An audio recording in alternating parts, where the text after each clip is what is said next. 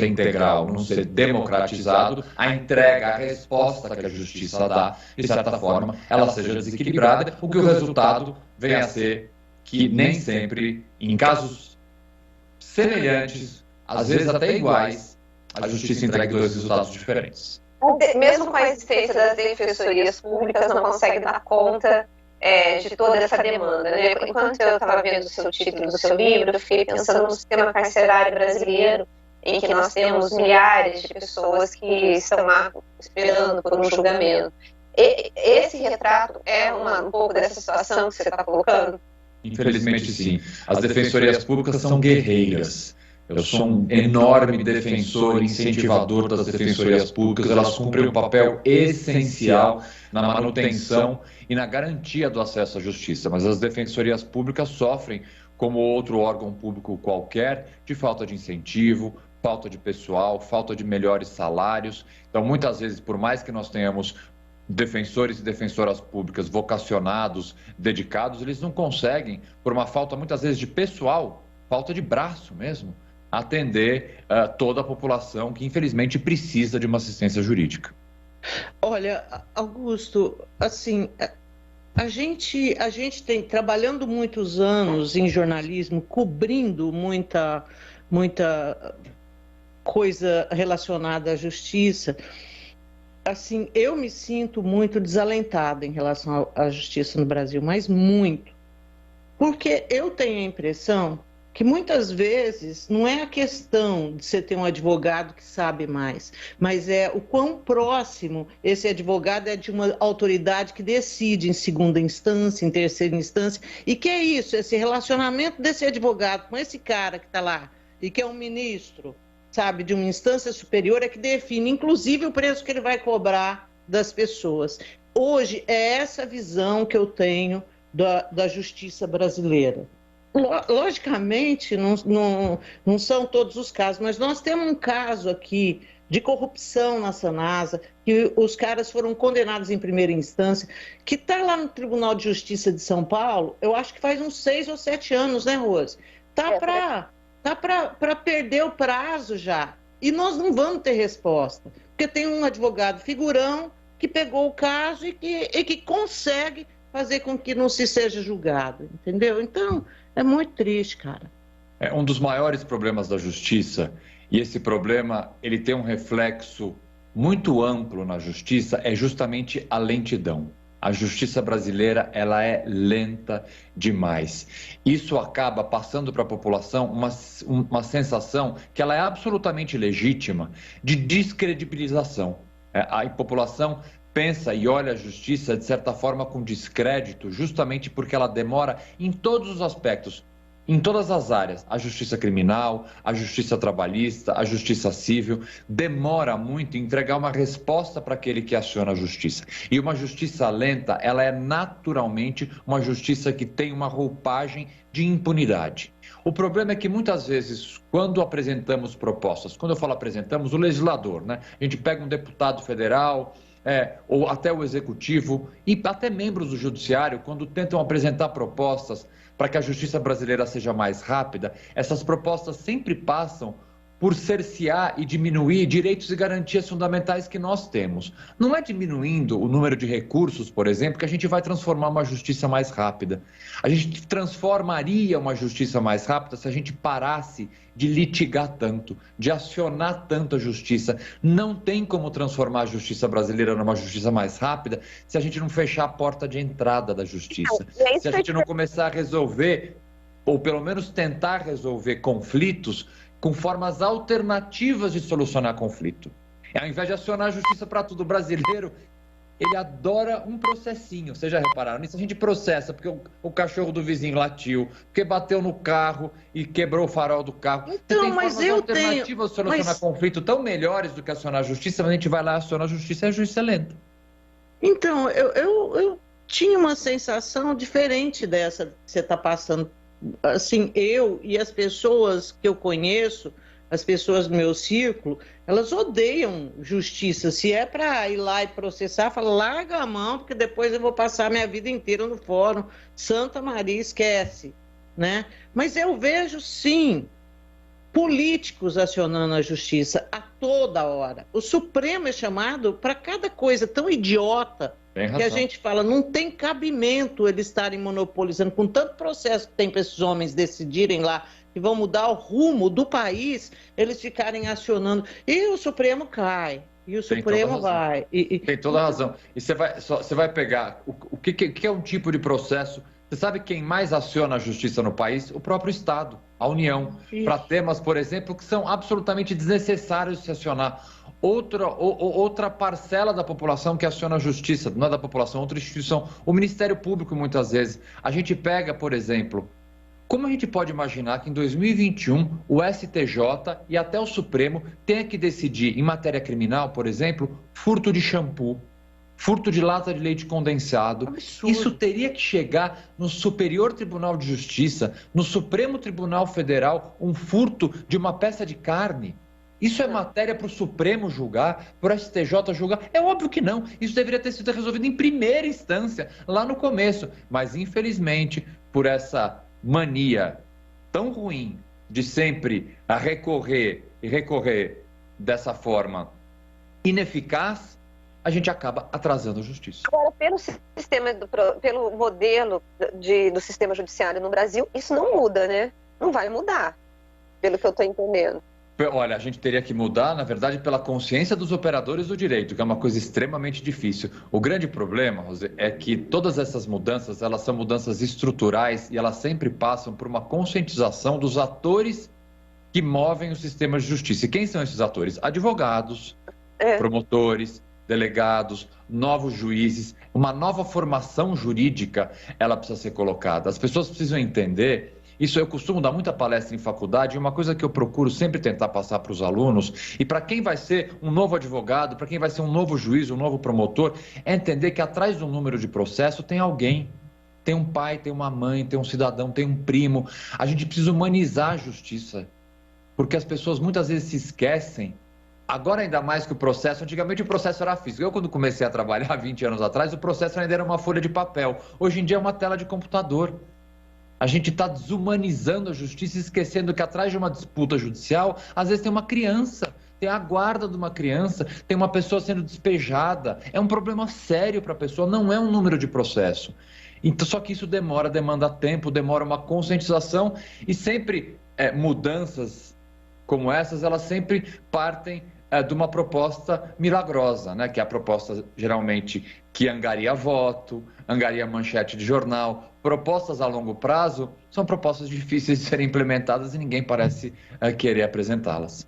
Uma discussão no Brasil de que você tem uma judicialização crescente de processos relacionados a alguns tratamentos de saúde, são aqueles tratamentos de compra de remédios e de alimentos para pessoas que necessitam de alimentos especiais, e há até um movimento de secretários de saúde para poder falar com o juiz, para poder tentar demovê-los a dar liminar para esses processos. O que os secretários de saúde dizem? Que quando um juiz decide em liberar uma liminar determinando que o Estado compra um determinado tipo de remédio, ele estaria quebrando aquela coisa da isonomia entre os cidadãos. Só que a minha pergunta é o contrário. Não é o Estado que não consegue dar entregar esse produto? Porque você imagina uma pessoa que tem câncer, por exemplo, ou qualquer outro tipo de remédio. A pessoa não tem como comprar. Ela vai morrer se não comprar aquele... O filho precisa de um leite, não vai ter aquele leite. Qual que é a saída? É acionar o Estado. O senhor acha que existe uma judicialização excessiva e que os juízes tendem a atender o cidadão? Ou é o Estado que é omisso, que não atende isso? E como cuidar dos direitos dessa pessoa ter acesso ao direito de forma a equilibrar esses dois lados? Você tem as duas situações. Tanto o Estado completamente omisso e muitas vezes a hiperjudicialização desse tipo de discussão. E esse exemplo que você deu é um exemplo muito bom de um tema que não necessariamente precisaria ser judicializado.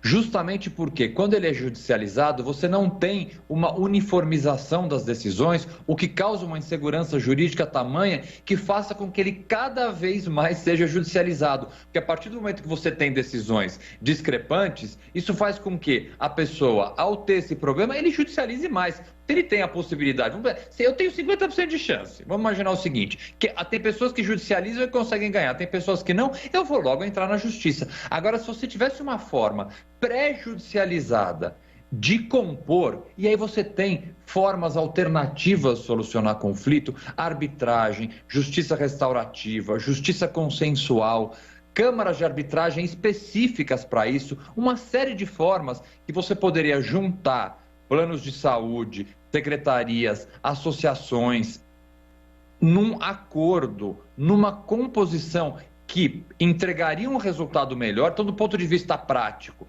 poderia haver uma composição em que todos sairiam contemplados e você evitaria a judicialização de uma série de assuntos, porque essa judicialização, ela não para no primeiro pedido, porque vai haver um recurso, esse recurso vai subir para um tribunal, vai atrasar um tribunal, vai subir para o STJ, vai atrasar o STJ. Esse é um exemplo claro de um tema muito importante que poderia ser resolvido antes de judicializar e não é. Você quer ver um outro problema que o Brasil passa? Eu já vou passar para a Zezé. Eleições, né? Pleito eleitoral. Eu nunca vi tantos candidatos que estão vetados pela lei da ficha limpa, por qualquer outro processo, eles não podem ser candidatos, mas eles registram a candidatura, eles seguem com a candidatura até o último momento, entrando com recursos, o eleitor fica vendido, você não sabe se vai ser computado o voto do sujeito. Nós tivemos eleições em que um candidato que não podia ser candidato, ele chegou a ser candidato, aí os votos vieram zerados. Uma situação absurda. É ridículo. Que Brasil é esse que a gente vive? E olha que a justiça eleitoral é rápida, hein? E olha que a gente está tratando de uma das justiças que que entrega um resultado, principalmente por ser uma justiça assim, que ela trabalha de forma condensada durante o pleito eleitoral de forma muito rápida, ela tem que responder de forma muito rápida, ela costuma ser mais rápida do que o normal. Mas mesmo assim você tem situações exatamente como essa, que o eleitor fica completamente vendido votando numa pessoa que ela não sabe se efetivamente vai tomar posse. Assim, até do ponto de vista de representatividade do voto, é um absurdo. Bom, eu citei aqui para você o caso de corrupção da Sanasa, que é a nossa empresa de água e saneamento, né, que acabou resultando na cassação de 2 prefeitos aqui de Campinas e que até hoje está lá alguém sentado em cima no Tribunal de Justiça de São Paulo. E a sensação que eu tenho em relação a isso é que essa demora, nesse caso, ela é proposital. Entendeu? É porque não se quer dar uma decisão e esperar que isso... Como é que chama quando o tempo... Prescrição. Isso, esperar a prescrição. É essa a sensação que eu tenho e é essa a sensação que vários promotores de justiça que trabalharam no caso também têm, né? Aí eu te pergunto, o que fazer? E te pergunto também se você está satisfeito com quem compõe hoje os nossos tribunais superiores, a começar os tribunais estaduais. Olha, os tribunais estaduais, especialmente o Tribunal de São Paulo, é um tribunal muito grande, é um tribunal com muitos processos e é um tribunal que precisa de uma renovação. É um tribunal especializado, é o maior tribunal do país, tem desembargadores brilhantes, extremamente vocacionados.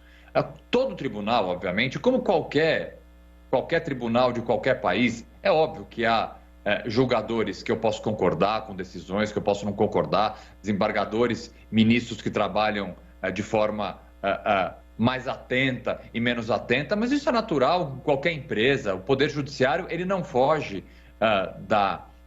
do exemplo e do espelho de uma empresa privada, por exemplo. Afinal de contas... Da população, né? Da população. Quem está ali são cidadãos. Há pessoas que não gostam de trabalhar, já estão cansadas, não são vocacionadas até. Então, assim, o Poder Judiciário, ele também é um espelho do Brasil, né? O Tribunal de Justiça de São Paulo, ele é pioneiro numa série de coisas. É o maior tribunal do país, é um tribunal extremamente respeitado, extremamente até produtivo, é um tribunal relativamente rápido, comparado a alguns outros tribunais, mas nós temos um problema, eu volto a falar, gravíssimo de lentidão no tribunal, no Brasil como um todo, a justiça brasileira como um todo. E isso não vai ser resolvido com soluções pseudo-milagrosas, Isso só será resolvido a partir do momento, porque muitas vezes a solução vem assim, vamos criar novos tribunais, vamos aumentar o número de ministros, de desembargadores. Isso custa milhões no bolso do contribuinte, e com a falsa impressão de que 15 novos desembargadores, 5 novos ministros vão resolver. 5 novos ministros não vão conseguir atender a 15 novos mil processos mensais que podem entrar no tribunal. Enquanto, volto a dizer, o Brasil não oferecer soluções alternativas para solucionar seus conflitos e a gente parar de entrar com tanto processo, não há tribunal no mundo, não há juiz, não há desembargador, não há promotor, não há defensor público, não há advogado que vá dar conta de fazer a justiça brasileira uma justiça mais rápida. E aí a sensação que vai ficar, às vezes, é essa sensação que você tem, de que nada anda, porque, a bem da verdade, as coisas andam muito pouco mesmo. Se você pega um processo e coloca numa linha do tempo, é um processo, a gente pega, eu fiz esse exemplo, por exemplo, naquele caso famoso daquele médico Roger Abdelmaci. Demorou muito tempo para terminar o processo dele. Aí você vai ver, porque as acusações muitas vezes vinham em cima do advogado. Ah, o advogado que apresentou muito recurso, é culpa do advogado, é o advogado que quer que o caso prescreva. Se você coloca numa linha do tempo, o processo, por exemplo, do Roger Abdelmaci, os maiores intervalos em que o processo dele ficou parado são em gabinetes. Porque o advogado ele tem prazo para recorrer. O Ministério Público também tem prazo. Quem não tem prazo para julgar é o juiz. E aí você vê. E às vezes até tem, né? E não cumpre. 1 ano e meio do processo parado em gabinetes. Então é isso que causa. Agora você vai falar, é porque o juiz não está trabalhando direito, o juiz é preguiçoso? Não, muitas vezes o juiz tem 20, 30 mil processos para julgar, ninguém consegue julgar. Quais são os países em que a justiça efetivamente ela funciona e ela garante esse direito para o cidadão? Olha, são poucos países. A gente pega, por exemplo, nós brasileiros, eu acho curioso isso, né? A gente olha para os Estados Unidos muitas vezes como um exemplo das coisas que dão certo, né? Se você pegar os Estados Unidos, por exemplo, os Estados Unidos tem uma justiça muito rápida. Mas aí você vai olhar com microscópio a justiça americana, ela é extremamente rápida, mas ela produz, e aqui antes de eu entrar no ar, a gente viu, por exemplo, esse caso dessa pessoa que ficou 40 anos preso sem ter cometido um crime. Os Estados Unidos, ele é campeão também em cometer erros judiciários, porque eu escrevi isso num artigo para a Folha, há alguns anos atrás, comentando justamente que os Estados Unidos ele faz uma coisa chamada fast food do poder judiciário. Muitas vezes, uma pessoa, entre ser processada e ser condenada, o processo dele dura poucos minutos. Escutem isso que eu estou falando, não são dias nem horas, são minutos. A gente pode achar, nossa, que maravilha, um processo que dura minutos. Pode parecer uma maravilha, mas você vai ver a quantidade de inocentes, muitas vezes, que são colocados na cadeia porque não tem defesa, porque justamente na ânsia de uma justiça muito rápida, a gente acaba esquecendo, flexibilizando direitos e garantias fundamentais. Então, o modelo europeu, por exemplo, há países na Europa, como a Itália, como a Espanha, a França, que tem modelos que conseguem balizar uma rapidez na justiça e a proteção de direitos e garantias fundamentais. Justiça rápida é importante, mas não dá para ser rápida, tão rápida, que não garanta direitos e garantias fundamentais. Tá. Antônio, desculpa, Augusto. Ai, meu Deus do céu, eu estou aqui. Augusto, a gente teve eleição da OAB ontem, Patrícia Vanzolini vencendo para ser a próxima presidente da OAB estadual. E aí, você ficou satisfeito com a eleição dela? Você estava no time dela ou não? Eu estava na outra chapa, mas eu fiquei muito satisfeito com a eleição dela, porque depois de 91 anos nós teremos uma mulher presidindo a Ordem dos Advogados de São Paulo, a Ordem dos Advogados do Brasil, seção de São Paulo. Eu fiquei muito feliz, conheço a Patrícia, gosto muito dela. Eu estava na outra chapa, encabeçada por outra mulher também, pela Dora, mas fiquei muito feliz, sim, com a eleição dela. Eu acho um grandíssimo avanço, estava mais do que na hora de uma mulher presidir a OAB. Agora, você acha que a OAB ela pode encampar essa ideia de mudança de cultura com esses atores, operadores de direito, para poder tentar reduzir toda essa problemática que você apresentou aqui no programa hoje? Mais do que pode, eu acho que deve. Eu não concordo com aqueles que entendem que a OAB deve simplesmente ser, vamos dizer assim, uma entidade corporativa que só tem que se interessar e só tem que, na verdade, responder aos anseios quase que burocráticos da classe dos advogados, né? A OAB ela não pode ser simplesmente assistencialista. A gente, ao falar isso, a gente vai negar a história que a OAB representa no processo, por exemplo, de redemocratização do país, né? A OAB participou ativamente, por exemplo, das diretas já, a OAB participou ativamente da defesa de pessoas durante o regime militar, a OAB participou ativamente do impeachment do presidente Collor. Então, dizer que a OAB só deve se preocupar, por exemplo, com a casa do advogado da OAB é negar a história de defesa da democracia que a OAB tem. Então, ao colocar a OAB como um papel histórico que a OAB tem, naturalmente, dentro da justiça principalmente, a OAB tem que ser um ator ativo de mudança, justamente dentro do Poder Judiciário, que precisa de uma mudança tão profunda para que seja um poder mais humano e, principalmente, como a gente vem falando aqui desde o começo da conversa, mais eficiente. Bom, a gente entrevistou alguns aí dos candidatos, né, nessa eleição do OAB, e um dos pontos que a gente sempre destacou foi que a OAB, assim, ao longo dos tempos, a nossa sensação, se apequenou. A OAB, quando éramos repórteres, né, era um órgão que a gente sempre quis ouvir acerca de qualquer assunto. Assim, o que dizia o presidente da OAB, seja aqui na cidade, seja no estado, era uma coisa que dava peso para a matéria, né? E hoje isso, a gente nem vê mais o pessoal falando de OAB. OAB não é citada, não é ouvida. O que você acha que aconteceu ao longo desse tempo que eu te disse que a OAB era tudo isso, para esse tempo que chegamos agora?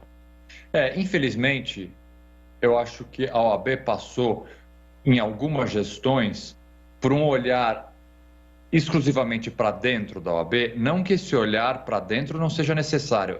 É evidente que nós precisamos cuidar da classe dos advogados, inclusive durante a pandemia, assim como em qualquer área, principalmente de profissionais liberais, área do comércio, advogados passaram por enormes dificuldades. Então, é naturalmente necessário que a OAB cuide dos seus advogados, cuide da prerrogativa dos advogados, cuide do acesso dos advogados, muitas vezes, a questões básicas. A OAB teve que cuidar de questões básicas voltadas para os advogados, mas a OAB jamais pode esquecer do seu papel histórico, que sempre teve, você mesmo já retratou aqui, do papel histórico, do peso que a OAB teve ao longo da sua história, né? Então, simplesmente olhar e pensar a OAB como um órgão de classe exclusivamente, que vai olhar para pequenas questões, que muitas vezes não são pequenas, mas assim, entendam o meu pequenas, voltado exclusivamente para a classe dos advogados e não para a nação,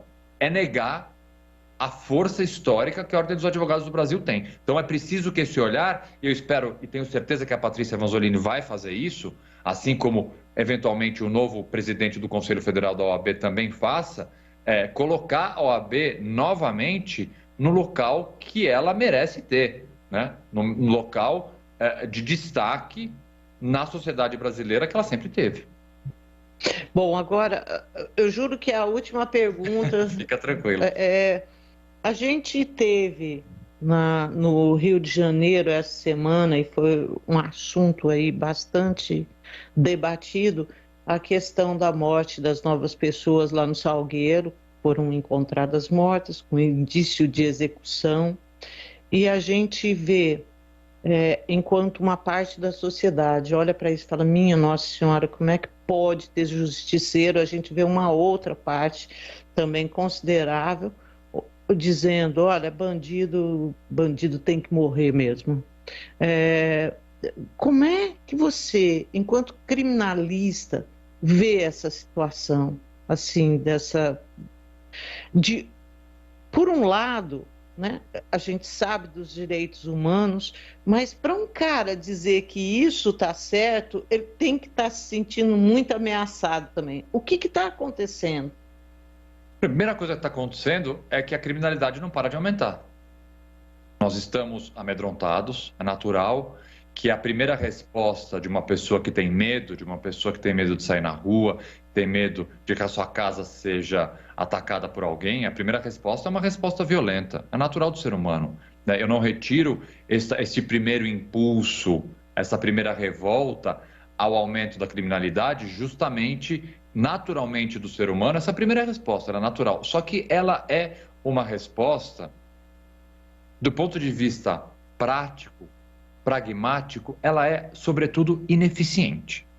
Porque uma operação policial como essa que aconteceu no Rio de Janeiro, ela é, sobretudo, ineficiente. A gente tem que parar de medir a eficiência de uma operação policial pelo número de mortos. A gente tem que medir essa eficiência pelo número de presos. Bandido bom é bandido preso. É bandido julgado e preso. Respeitando-se os direitos que ele tem, condenado e preso. Porque uma operação policial dessa, violenta, que mata sei lá quantas pessoas, mata também inocentes, mata policiais. Vamos pensar, uma operação policial violenta em que bandidos morrem, também colocam em risco a vida de policiais. Mais do que isso, produzem as balas perdidas que matam tantas pessoas.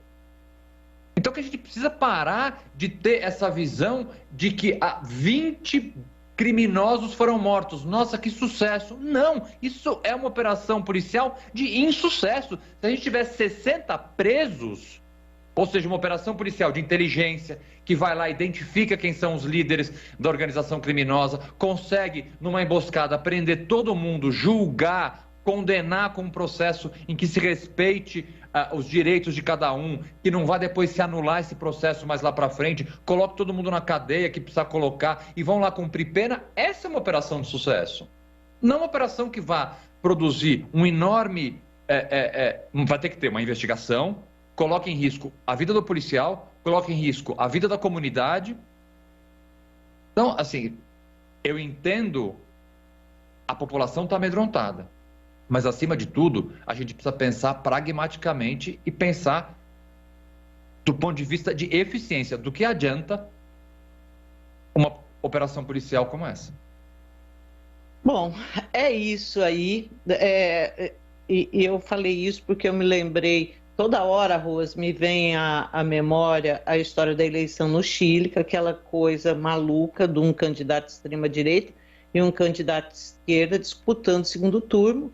E o candidato de extrema-direita, muito parecido aí com o Bolsonaro, e ancorado na questão da violência que tem crescido no Chile. Né? Não, e o terceiro lugar, tem mais, o terceiro lugar nos Estados Unidos nunca pisou o pé no Chile, né? Tem esse ainda. Tem um candidato que concorreu a eleição inteira sem ter pisado no país, nem votar foi. É uma eleição completamente maluca. É maluquice, né? Ele nem votar foi, tá em terceiro lugar. É tudo tão louco, gente, é tudo tão louco. Então, às vezes a gente olha e acha que o Brasil está ficando doido, mas o mundo está muito estranho, está doido demais. Doido. Ontem, gente, eu entrevistei um psicanalista, né, falando sobre esses delírios coletivos, né?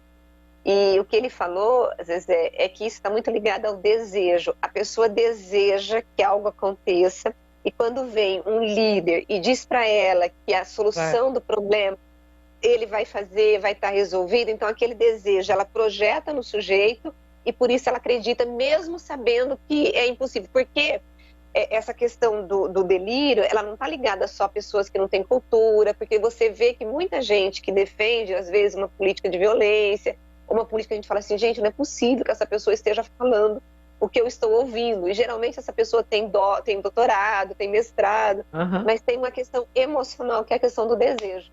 Então, assim, é muita coisa envolvida, viu, gente? Então, por isso que tem um candidato no Chile que nunca pulou e está em terceiro lugar.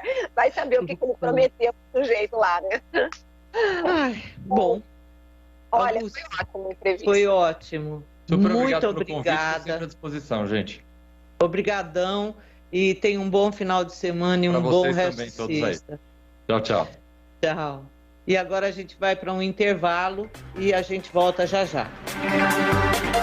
Bastidores do Poder, na Rádio Bandeirantes. Não importa se o tema é leve, polêmico, divertido ou incrível. O que realmente importa é que você seja sempre o primeiro a saber. Bandemulti.com. Todo o conteúdo do Grupo Bandeirantes em um só clique. Notícias atualizadas de 4 grandes regiões do estado. A qualquer hora. Entretenimento, esporte, utilidade pública. A informação que você precisa. Acesse bandemulti.com. Saiba sempre mais. Todos os domingos, a partir das 7 horas da manhã, a Rádio Bandeirantes transmite a Santa Missa direto da Paróquia Santa Rita de Cássia, situada na Avenida Jesuíno Marcondes Machado, 670, na Nova Campinas. Participe das celebrações ou acompanhe pelo rádio.